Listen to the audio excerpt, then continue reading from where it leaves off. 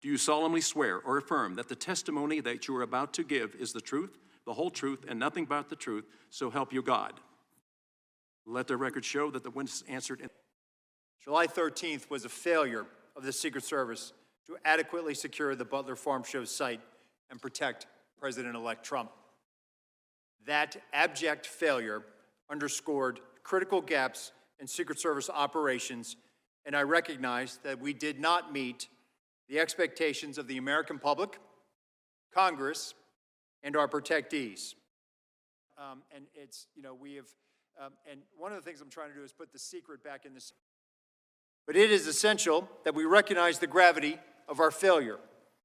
I personally carry the weight of knowing that we almost lost a protectee, and our failure cost a father and husband his life. I have reflected extensively on the agency's substandard performance during the advance for the Butler rally. I have implemented numerous systemic and strategic changes to prevent these failures from ever happening again. It has been my singular focus to bring much-needed reform to the Secret Service, to be an agent of change, to challenge previous assumptions, and while doing so, also ensuring that the brave men and women of the Secret Service have the resources, leadership, and assets that they need to be successful in carrying out our protective mission. There's been media coverage of this, so I'll talk about it. Right now at Mar-a-Lago, as I have publicly stated, the Secret Service historically has had to manage its operations by doing more with less. That is not consistent with achieving a no-fail mission. And since becoming acting director, I've made it my priority to eliminate the do more with less mindset, which has had a long-term degrading effect on our workforce and our protective operations. Sensor array, an autonomous robot that's out there walking the seawall right now. Our agency is not defined by one failure, but by our ability to learn from mistakes, to hold ourselves accountable, then learn, evolve, and continue striving for excellence. Were doing what they thought they were supposed to do, and then afterwards it's like, well, we should have communicated better. And I've got to tell you but the news is not all bad. After the departure of Secret Service's former director, Kimberly Cheadle, new leadership has taken responsibility for failures. Director Rowe, thank you. And has been called out the complacency in the agency. Choosing a path of cooperation in pursuit of the truth, the Secret Service made every single employee this task force requested available for interview. The Secret Service's own mission accountability review is a credible self-critique and substantially consistent with the findings of the task force. I always was trying to figure out why two different command centers and why weren't the two command centers. On October 5th, President-elect Trump returned to the stage in Butler, Pennsylvania with members of his own family. The differences between the planning, coordination, and execution of this event compared to July 13th were like the difference between day and night. Yes, sir, I do. Okay. Was that the remembrance of September 11th?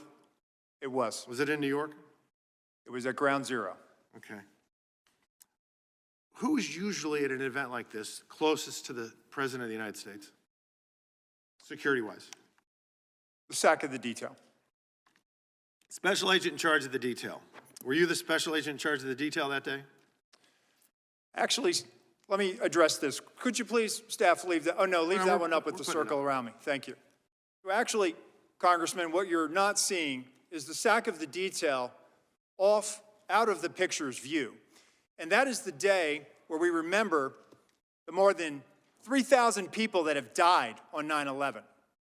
I actually responded to Ground Zero. I was there going through the ashes of the World Trade Center. I was there at Fresh Kills. I'm not asking you that. I'm asking you, Congressman, were you the special agent in charge? To show respect for a Secret Service member that died on 9/11. Oh, that you're trying to be. Do not invoke 9/11 for political purposes. Oh, I'm not. I'm invoking this. You are, sir. Gentlemen, and you are out of line. I would like to ask him a question. Please. You are out of line, Congressman. Don't try to bully me. I am an elected member of Congress, and I'm asking you a serious question, and you are playing politics. I am a public servant who has served this nation, and you won't answer the question on our country's darkest day. Committee will come to order.